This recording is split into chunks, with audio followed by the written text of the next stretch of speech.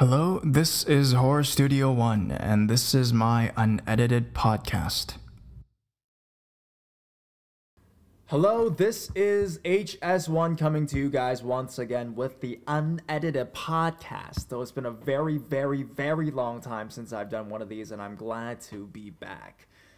Yeah, how's everyone doing? The topic that we're going to be talking about today is something I've been looking at for a while now. It is called the Daisy Brown case. Sorry guys, I have an ant on my laptop right now. I'm going to flick him off. Okay, that worked out pretty well. So yes, we're going to talk about the Daisy Brown case today. What is the Daisy Brown case? If you guys don't know what in the world Daisy Brown is, go on YouTube and check it out. It's a YouTube channel with 100K subscribers. That features a girl named Daisy Brown, and her very best friend, Alan. So if you guys see it from the thumbnail of this, yes, that is our friend, Alan. Now, who is Alan and who is Daisy Brown? Allegedly, I've done some research on the topic. Daisy Brown essentially is this girl that says that she lives in a house with her pet monster, Alan, and Alan is a very unique creature that you can't really feed with food, but she feeds him with salt. Essentially, she says that her father is a scientist who created Alan in a laboratory inside of her basement. Eventually, throughout the series, well, I kind of, spoiler alert, it's a fucking series.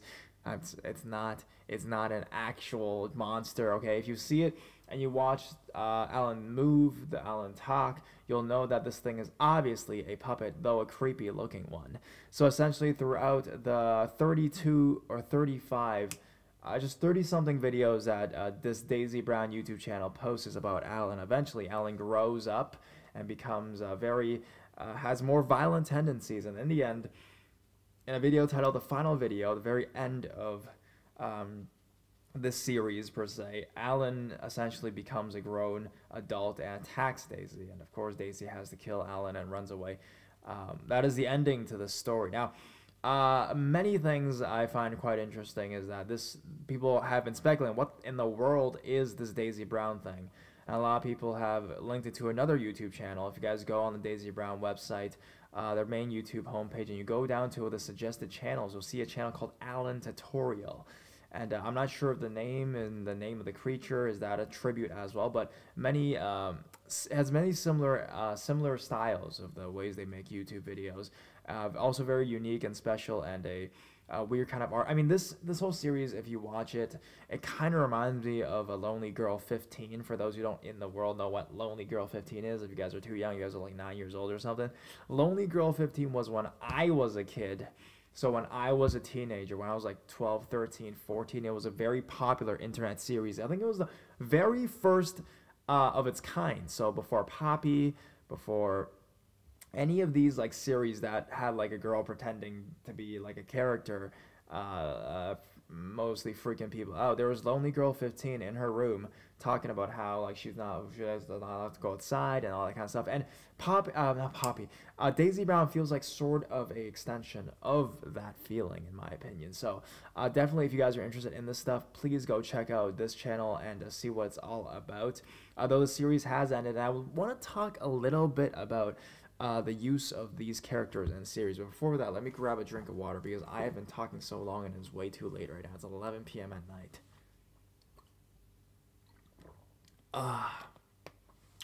Very refreshing. So, a little bit about this story that we're going to talk about and how it links to, I think, series online. So before, if you guys know, I myself have been did a series, not really a series, but like a 3-part video of like some glitches and some like subliminal messaging, and then I came out and exposed myself saying, yeah, you know, it was all a joke, it was all fake, whatever, and that really got me thinking into this whole like making a series, an online series on the internet, as a way of putting your stuff out there. Now, it's a way of, in my opinion, online marketing, because in a lot of ways people market their stuff very differently. If you guys know, in the YouTube space, there's just so much competition going on. To really differ yourself from everyone else, you have to do something unique.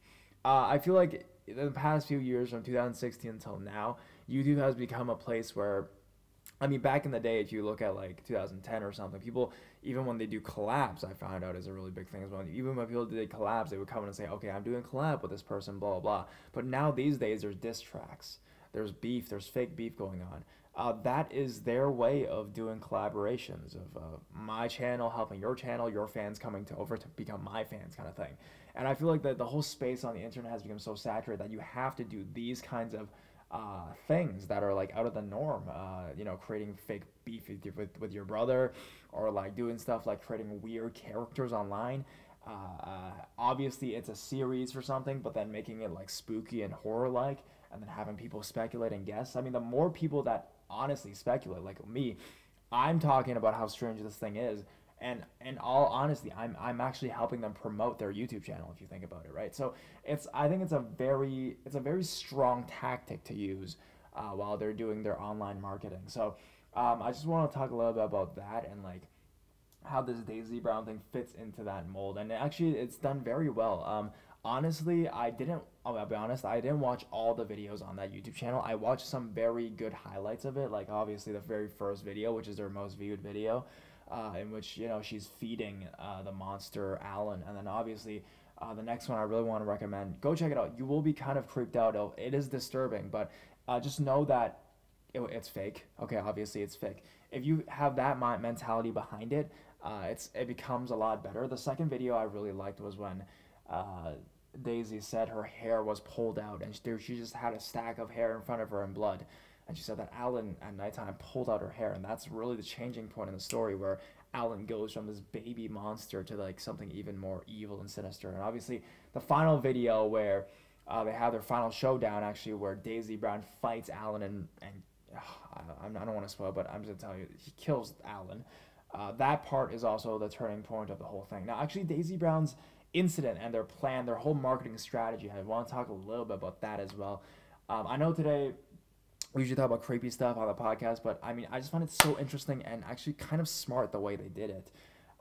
They actually used both the YouTube and Twitter to essentially promote their own brand and promote their own channel. Basically, this whole Daisy Brown fiasco started in 2017 and ended last month. I think no, ended like 2 months ago, like either August, I think late August of 2018. So it was like about a year or something of these videos. And before that, though, on YouTube, for like a couple of months on Twitter, even before YouTube, Daisy Brown's Twitter channel was talking about her own life. So she was portraying her character from that beginning, and it's actually, honestly, I give props to these people. Like, they spent a whole year of their lives creating this. I know a year is not a lot in someone's life, but the commitment to do this like over a period of time through like this whole year, and then constantly make videos, constantly. I mean, if you think about it, in each video, the Alan character, the monster gets bigger and it grows. So these people essentially had to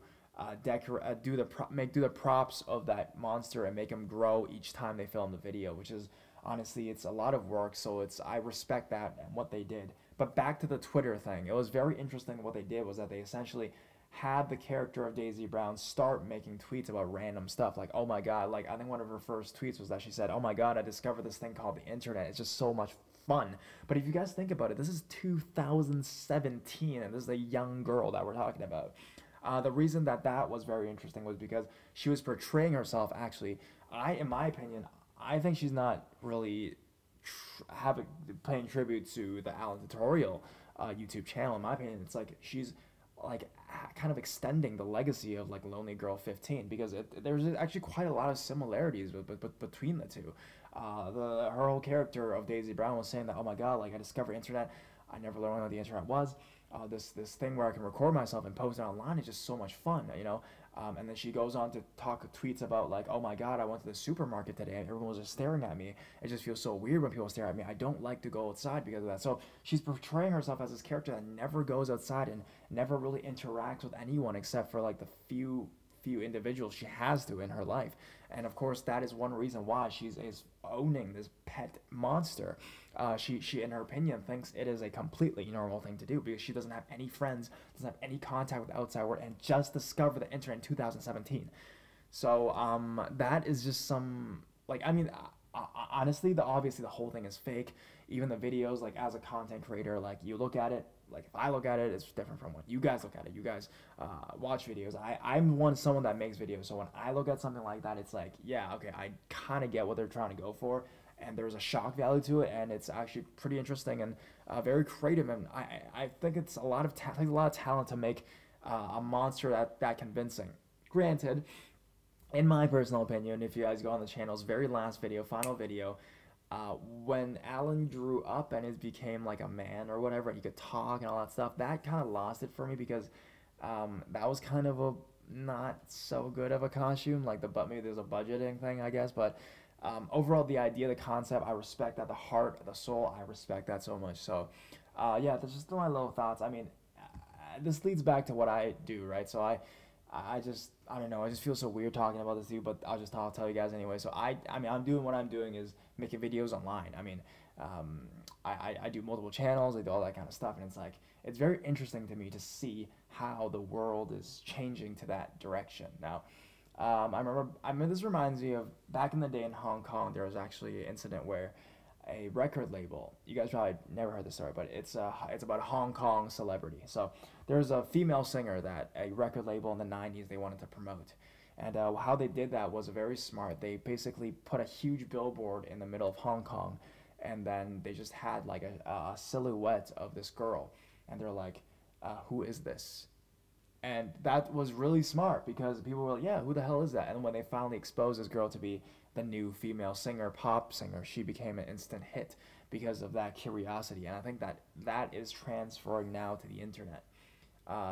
There's incidences where singers on the radio have done the same thing where they've, posted the soundtrack, the audio, the singing voice of a certain artist, and then afterwards they expose their face. And then they're like, oh my God, that's so interesting. Like, I feel like that from the mediums, from the billboards to the radios, and now it is definitely the internet that's really taking over the world. So I think as someone who is like me, I do social media, I do YouTube for a living, it's like it's very interesting for me, and this is just my opinion, for me to see how the world and how it's all changing. I mean, granted, if you look at Lonely Girl 15, this shit was like in 2005, 2006, and we're already 2018, and we are having something similar.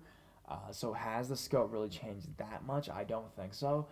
Not at least not in the last 10 years, but in the next 10 years, hopefully we'll get to see what is next in store for social media and using online platforms to promote yourself. I honestly think, I've heard a lot of people say it's going to be audio or VR, virtual reality. So, in my opinion, honestly, like right now, since we're on the topic, and it's so late right now, I feel that the next, like, let me call this out, the next YouTube sensation, or maybe not YouTube, but like some kind of social media sensation, either it's be like the next TikTok, the next Instagram or something, the next Vine, or even the next Snapchat, the next social media sensation with a following that will closely battle PewDiePie's and T-Series, in my opinion, will be a VR star. So someone, I mean, and this will be definitely when I'm older, like in the next 20 years, the YouTube will eventually turn into virtual reality. Like the new platform will come out, and that will be the next like big star of that generation. That's just my opinion. I feel like that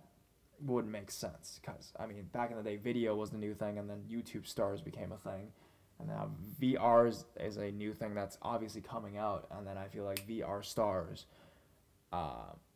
it honestly is not too far away, in my opinion. So, yeah, this is a little bit far. I'm going really far from the Daisy Brown thing, but definitely go check it out.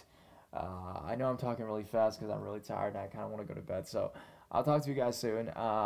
Keep doing what you guys are doing. Keep watching my videos. Give it a like and comments in the comments below what you guys want me to do a podcast about next. Any topics you guys want me to go ham about. Hopefully, kind of relate to horror. So, if it's just like too random, then I won't do it. But please do that for me in the comments, and I love you guys so much, and I will see you guys very soon again tomorrow. Peace out. Bye, bye, bye.